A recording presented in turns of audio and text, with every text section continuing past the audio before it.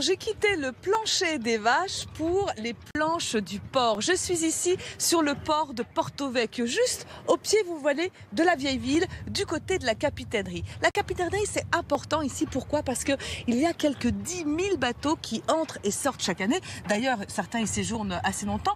Et pour gérer tout ça, eh bien, c'est une sacrée organisation. J'en parle justement avec le maître de port, Baptiste. Bonjour Baptiste. Bonjour. Alors 10 000 bateaux qui viennent ici par an, c'est un port très prisé. Pourquoi? Déjà le cadre, là où on se trouve, et aussi par sa localisation géographique entre Solenzare et Bonifacio, il est très bien protégé. Et j'imagine aussi que les infrastructures font qu'on a envie de s'y installer. Alors 10 000 bateaux, c'est beaucoup. Est-ce que ce sont des bateaux qui viendront juste escale? Est-ce que c'est un port parking? Ou est-ce qu'au contraire, on y reste plus longtemps? Non, au contraire, c'est un port très vivant. Il y a 20% de place pour les bateaux à l'année et le reste, c'est du passage. Alors on compte aujourd'hui 350 anneaux, c'est ça? Alors qu'il en a existé beaucoup plus, jusqu'à 480. Pourquoi moins d'anneaux et plus de bateaux normalement? Non, on a dû s'adapter aux longueurs qui ont grandi au fil des années. Et donc on a dû changer la configuration du port. Ah, c'est vrai que les bateaux grandissent, mais le port reste le même. Alors justement, il y a des travaux de prévus. Mais par rapport aux plaisanciers qui viennent ici, est-ce que vous avez eu parfois des demandes un peu extravagantes? Oui, on en a souvent en saison. Par exemple, on nous a demandé si on avait l'eau potable, l'électricité. Et rassurez-moi, Baptiste, vous avez l'eau potable? Oui, voilà. Et on nous a aussi demandé si on avait la même monnaie qu'en France. Bon, bah alors, la monnaie en Corse, c'est la France, c'est donc l'euro. Et puis la bonne nouvelle dont je voulais vous parler, c'est qu'effectivement, il va y avoir des travaux, que le nombre d'anneaux va doubler, on en aura jusqu'à 700. Donc peut-être, si vous avez la chance d'avoir un bateau, vous pourrez peut-être y amarrer le vôtre ici, à Porto Vecchio.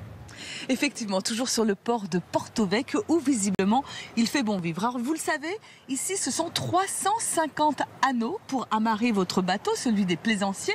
Il faut savoir que sur ces 350 anneaux, eh bien 20% d'entre eux sont accordés à des plaisanciers qui vivent ici toute l'année sur leur bateau. C'est justement le cas de Christophe et je suis justement sur son bateau.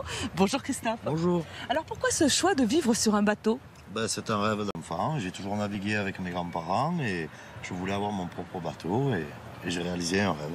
Alors ce rêve, vous l'avez réalisé ici à Porto Vecchio. Vous n'avez jamais véritablement levé l'ancre, sauf pour des sorties en mer. Alors quels sont les avantages de vivre ici à Porto Vecchio? Les avantages, c'est déjà le climat, c'est l'accueil. Et puis c'est quand même une tranquillité quand même, à part l'été bien entendu.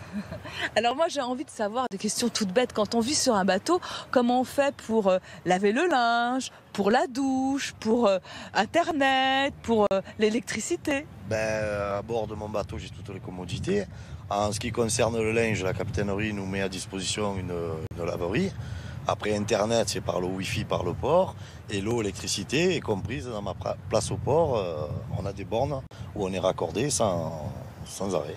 Alors c'est une véritable maison sur l'eau. Finalement, la différence, c'est quoi? C'est la liberté quand même, la possibilité de pouvoir aller naviguer en mer sans être obligé de déménager par exemple. Et visiblement, la mer ici est très attirante. En tous les cas, le port de Porto Vecchio, eh bien, c'est à la fois la ville que l'on a vue ensemble, mais c'est aussi un village sur l'eau où véritablement il fait très bon vivre.